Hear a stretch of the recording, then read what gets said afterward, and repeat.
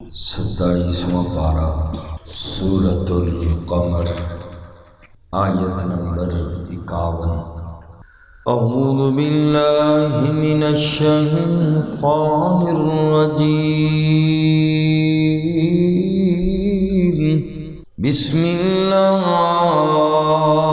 الرحمن الرحیم۔ وَلَقَدْ أَهْلَكْنَا، اور البتہ تحقیق ہم نے ہلاک کیا، اشیاءکم،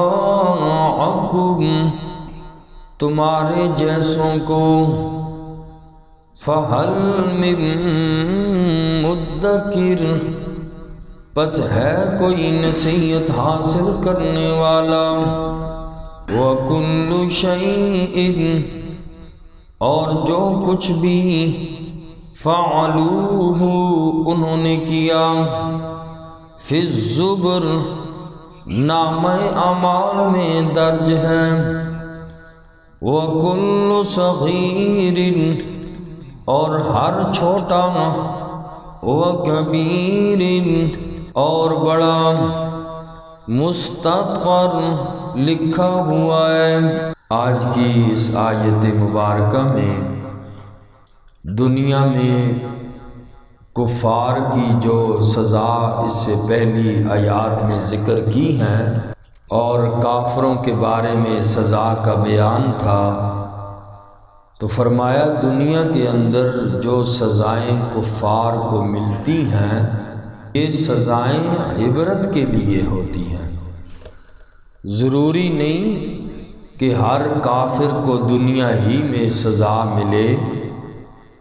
اللہ تعالیٰ فرماتے ہیں کہ اے مکہ کے مشرکو، ذرا دیکھو تو صحیح، ہم نے تمہاری طرح کے اور کافروں کو کتنی سزائیں دی، تم سے پہلے تباہ کر چکے، تم نصیحت حاصل کیوں نہیں کرتے؟ قوم نوح کو میں اللہ نے کس انداز میں غرق کیا، قوم ہود کو، قوم سمود کو، قوم لوط کو، بڑی بڑی قومیں تھی۔ اللہ فرماتے ہیں یہ تمہاری طرح ہی کے کافر تھے، میں اللہ نے ان لوگوں کو تباہ کر دیا، تو تم کیا ہو، کیوں تکبر کرتے ہو، کیوں میری توحید کے قائل نہیں ہوتے؟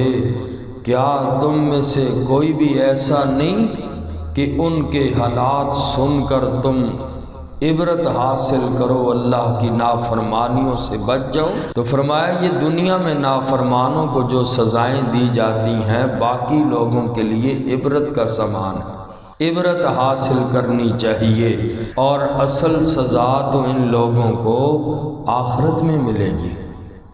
اور فرمایا لوگوں کے چھوٹے بڑے تمام اعمال اللہ کے ہاں محفوظ ہیں، نامہ اعمال میں درج ہیں، اور لوح محفوظ میں بھی ان کا ریکارڈ موجود ہے۔ تو فرمایا سب کچھ مجرموں کے سامنے کل قیامت کے دن پیش کیا جائے گا، چاہے کہ وہ اس کا چھوٹا عمل ہے یا اس کا بڑا عمل ہے، لوح محفوظ میں بھی درج ہے، انسان کے نامہ اعمال میں بھی درج ہے۔ اس لیے فرمایا ذرا سوچ سمجھ کے ان واقعات سے عبرت حاصل کرو، غور و فکر کرو، کل اللہ کی عدالت میں جواب بھی دینا ہے۔ فرمایا وَلَقَدْ أَهْلَكْنَا أَشْيَاعَكُمْ، اور البتہ تحقیق ہم نے ہلاک کیا، أَشْيَاعَكُمْ، تمہارے ساتھ والوں کو، تمہیں جیسے کتنے لوگوں کو میں اللہ نے ہلاک کر دیا، وہ لوگ بھی کافر تھے، تم لوگ بھی کافر اور مشرک ہو۔ فَهَلْ مِن مُدَّکِرٍ، فرمایا کوئی ہے نصیحت حاصل کرنے والا؟ پہلی قوموں سے سبق حاصل کرو جو اللہ نے قرآن میں بیان کی ہے، یہ کوئی قصے کہانیوں والی کتاب نہیں ہے، عبرت کے لیے بیان کی ہے۔ وَكُلُّ شَيْءٍ فَعَلُوهُ فِي الزُّبُرِ، وَكُلُّ شَيْءٍ، اور جو کچھ بھی فعلوہ انہوں نے کیا فی الزبر نامہ اعمال میں درج ہے، وَكُلُّ صغیر اور ہر چھوٹا عمل، وَكَبِيرٍ مُسْتَطْوَرٍ اور بڑا عمل لکھا ہوا ہے نامہ اعمال میں۔ بندے کو کل قیامت والے دن جب نامہ اعمال ملے گا کہے گا ما لہذا الکتاب لا یغادر صغیرۃ ولا کبیرۃ الا احصاها، کیا ہو گیا میرے نامہ اعمال کو، اس نے تو کوئی چھوٹا گناہ اور نہ ہی کوئی بڑا گناہ چھوڑا ہے، ہر چیز اس کے اندر درج ہے، میں تو ان چیزوں کو گناہ سمجھتا ہی نہیں تھا۔ اللہ فرماتے ہیں قیامت والے دن بندہ دیکھ کے کہے گا ما لہذا الکتاب لا یغادر صغیرۃ ولا کبیرہ الا احصاها۔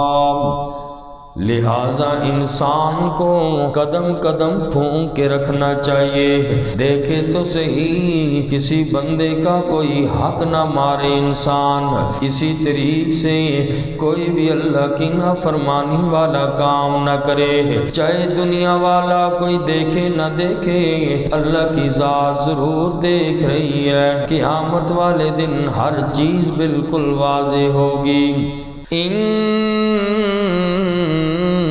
المتقین بے شک متقی لوگ فی جنات و نہر باغات میں ہوں گے اور نہروں میں ہوں گے، فی مقعد صدق سچائی کے اعلیٰ مقام میں، عند ملیق مقتدر صاحب قدرت بادشاہ کے قریب ہوں گے۔ قرآن کریم کا یہ انداز ہے کہ جہاں پر اللہ نے مجرموں کے انجام کو بیان کیا وہاں پر اللہ نے متقین کا بھی ذکر فرمایا، نیک لوگوں کا بھی۔ اس سے پہلے کفار کا، برے لوگوں کا، مشرکین کا اللہ نے انجام بیان کیا۔ اس آیت میں اللہ کریم نے متقی لوگوں کا انجام ذکر کیا کہ متقی لوگ جنات و نہر نہروں اور باغات میں ہوں گے۔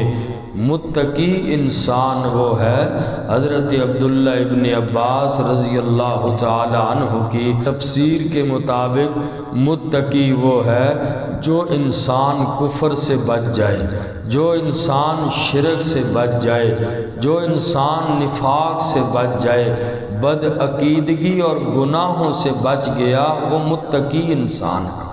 اور ایسے لوگوں کے بارے میں اللہ نے فرمایا باغات اور نہریں ہوں گی۔